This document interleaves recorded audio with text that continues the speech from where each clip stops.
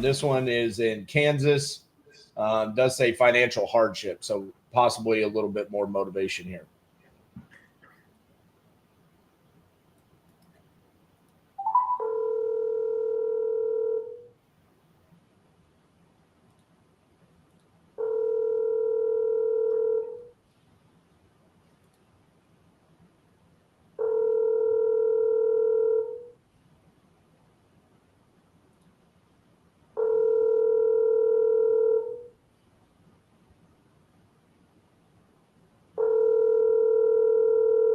Your call has been forwarded to voicemail. The person you're trying to reach is not available. At the tone, please record your message. When you have finished recording, you may hang up. Hi, Mary. This is Danny. I'm calling about the property on Edgewood in Coffeyville you were looking to sell. Give me a call back when you get a chance, 972-750-1547. Thank you. All right.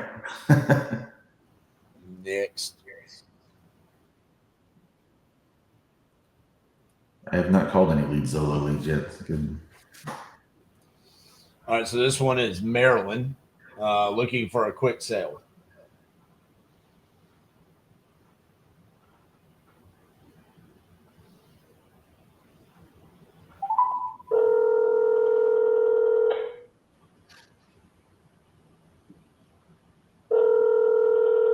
Hello? Hi, is this Tina? Yes. Hi, this is Tina. This is Danny. I'm calling about the property on Chrisfield Marion you're looking to sell. Yes. You still looking to sell that property? Yes, I actually am. How much are you looking to get for it? The lowest I will take is between 35 to 40 grand. 35 to 40. Okay. Tell me a little bit about the property and what you got going on. Well, the house has a lot of inside damage. I'm not in the house. I'm actually in the trailer behind the house. We have plans to tear it up or tear it down because I found black mold in there. My husband is terminally ill. So I took him out of the house, put us in the trailer to stabilize him. And we talked about tearing it down. Well, then my health went down. So, and just things have gotten to the point that him and I can't do it on our own anymore. So his sister invited us to move to Kentucky on top of her mountain. So that's what we're looking to do. The sooner we get this done, the better off we'll all be, including my husband and myself. Is there still mold in the property? You have any sort of abatement? Yes, we haven't been in the house in 3 years. Okay. And you live in the trailer behind it? Yes. Okay. So 35. I mean, put it this way. The electric is off to the house. My husband turned all the electric off from the breaker box in the garage because the garage is where the washer and dryer hookup is. The old-fashioned boiler, which I never use, only to heat up hot water to take showers or, wash dishes. Other than that, it has flat forced water-based board heat. I never used it because I don't like the boiler. I never have since I was little.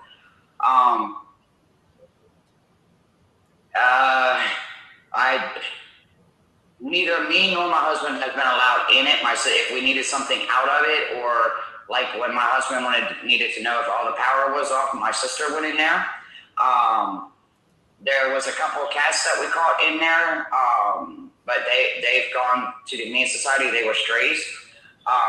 We don't know how they got into the house unless there's a hole in the garage, which leads to all your piping is open in the garage, and you see copper piping and galvanized piping going from the boiler into the house through the brick, and that's the only way we can think they got in. When we bought the house in 2014, it was a fixer-upper. My husband had just had a triple bypass, and he was forbidden to have his career anymore. So my dad's sister had sold her mother's property, so she was living with us at the time. So we took her money, bought this for $24,000 in 2014. It was a fixer-upper then. We did put money into it a little bit. Like there's a new well on the property we just put in. We're still making payments on that. There is the breaker box in the garage that we just put in. There's a different. We just cut down. Had a tree cut down for over $3,000 just a couple months ago. But it's just getting to the point. We can't do it anymore. Okay. My husband is starting to stress over the property, and it's putting him back into the point that the doctors are saying that he can walk across the yard and just drop and die. So I need to get him away from that as well as myself. Okay. So How did you come up with the 35 to 40? Because of the amount of what the property is valued at now, just the property, not the house. Just the property is valued at now. They actually have it, and it's on Zillow. It's estimated to be 106,000. No, I could be wrong on that. It's over 100,000. But the value of the property they had estimated at $50,000. So I've already had one person come up here. Well, actually sent a person up here. Turn around, offered us $55,000. Okay, we did not know it at the time, but the guy that lives across the way from us, across the driveway, Mr. Joe, my husband was helping his son tear down buildings as well as my son helping. So it wasn't all my husband. Well, anyway, we did not know, but he had a rat problem. He came over here. We thought we were controlling him because, like I said, me and my husband hadn't been allowed in the house. I won't allow my husband in the house because of health reasons, nor myself. We've also been denied from our children, my sister, our grandchild. We're not allowed in there. So we have been catching them in the garage. Hadn't, seen a couple. I didn't know that there were still any left in the house or any left on the property until the lady went in. I guess she's seen one, went back, and I'm explaining to you the same thing I explained to the guy. And he said, well, we can lower the price, but I can't have you closing until around late November, December, until we crunch out the prices. He offered to take out of the contract. I said yes. He took it out of the contract, emailed me a copy of taking it out of the contract, and I'm sitting here where I'm at now. I have to get to Kentucky because his sister and his sister-in-law is down there with no means, plus family helps family. They're going to help us, we're going to help them, and I just need to get from underneath this property. And, having the closure on the home, the money from the closure of the home is actually going to help us move to Kentucky. So we're on disability. Okay. So, at the time we purchased the property, I didn't have any health problems that much. And in 2016, I had bone surgery. And in 2017, I had another bone surgery. Then it's been operation after operation with me, and I can't do it no more. My husband can't do it because of his health. So we just can't do it. So 35 would be able to get you to sell it and move on to where you need it. Yes. And I don't care, like I said, I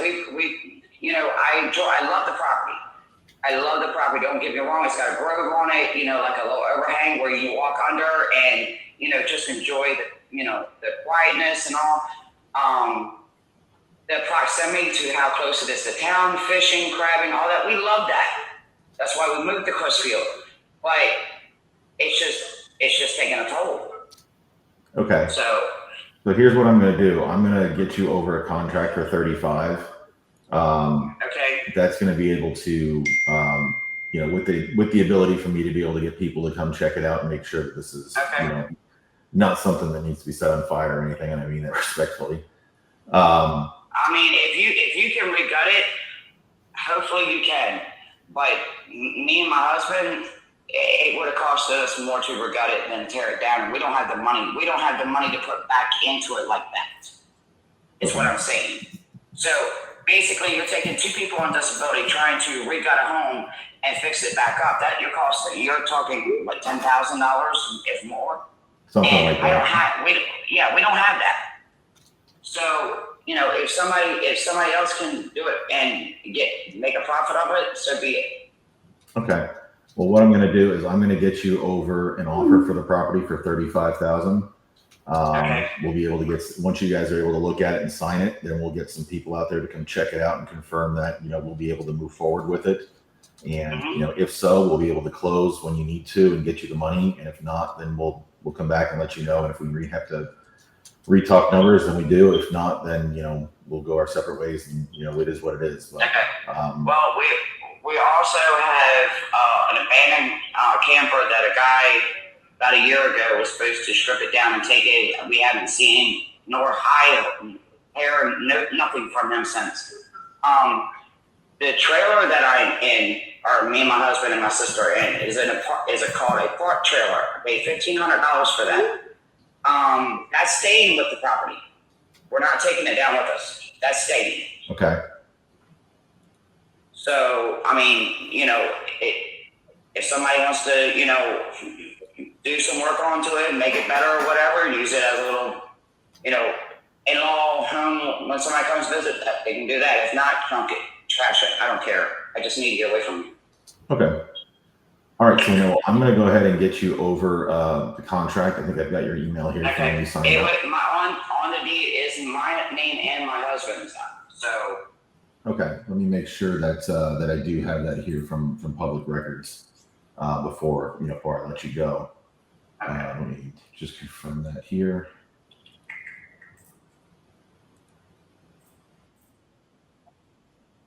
Is it Donald by chance? Yes, Donald Russell Manley Sr. Got it. Okay. I will go ahead and get you over that here now. If you have any questions, feel free to call me back. But I look forward to getting this closed for you and helping you on your way. All right. Thank you, sweetie. Have a great day. Thank you, Tina. You as well. Bye-bye.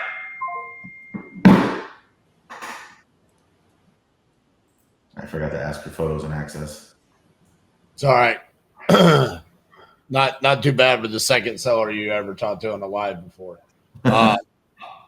Good stuff. So going back to what I originally was saying on your first call, this is the reason why I wanted you to have an opportunity, because this is what we have to do. We have to go through those leads to get to this one right here. This is a motivated seller. This is a seller that needs us. This is a really good deal. And most people would have been scared about the black mold. I want you to be honest, Danny. If you had this without me behind your shoulder, being the little devil on your shoulder, what would you have done in regards to the black mold? I would, from my realtor ring, would have said, run far away. Exactly. So when I hear that is, I'm like, well, that's the reason why we're getting it for as cheap as we're getting. Right? I mean, I've got my comps pulled up here. What I'm seeing is, and these are different year builds, okay, different sizes, but we got 450, 170, 150, 299, 85,000 for just vacant land. That's on Privy, and then on PropStream, I've got a 350 for some vacant land down the road. This is one of those things where it's funny. This morning, the one video I recorded was wholesaling around the world, the Maryland edition. And then here we are sending out a contract to Maryland. This is, to me, a no-brainer. Like, let's send the contract. Let's get our in buyers out there, get feedback from them on where this needs to be. But I feel like 35,000 is going to be a good deal. I think we should be able to move this for 50 to 55,000. That's just my gut instinct. Also, because when she was discussing the black mold, I don't think it's as bad as what we're anticipating. When she was talking about the plumbing and it's surrounding the pipes and all of this different stuff, it wasn't quite following, but it just didn't feel like it's infested the whole house. Felt like the health concerns were more of an issue than the black mold itself.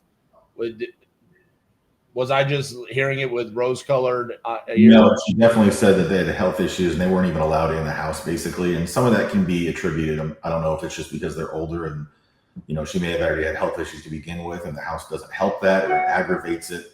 But, I don't know. She said there hadn't been any sort of abatement or anything either. Yeah. So again, this is one of those things as a virtual wholesaler. There's information that we can get on the phone with the seller and then shoot or shoot. In my position, I want to send a contract. I want to get this under contract, get our end buyers out there, do recon. This is a great opportunity for us. If we get out there and it turns out that it's in horrible condition, then we explain that to her. We explain it to her where she's sitting and what her solution is moving forward. So overall, Danny, I thought you did great. The only thing that I would say, a couple of little tweaks. One, during your introduction to the seller, make sure that you tell them how that you got their information. This is how motivated she was. You didn't say, hey, you filled out a form on my website. Add that on there. Okay. I think she almost thought this was a cold call. So make sure you do that. On your first call, I thought you sped up a little bit, probably because you were a little bit nervous about, being on the YouTube and the stream and whatnot. I felt on the second one, you slowed down. Now, the third one, I would have preferred that you kept her on the phone. Then we get it sent over to her and answer any questions about the contract. That's really the only feedback. But I'm sure that you were not sure where I wasn't writing. I do have the contract written up, ready to be sent over. So I'll send that over while Trisha's on the phone. But overall, man, I thought that was a really solid job. Perfect. Thanks, RJ. Yep. All right, Danny, you enjoy the rest of your day, man.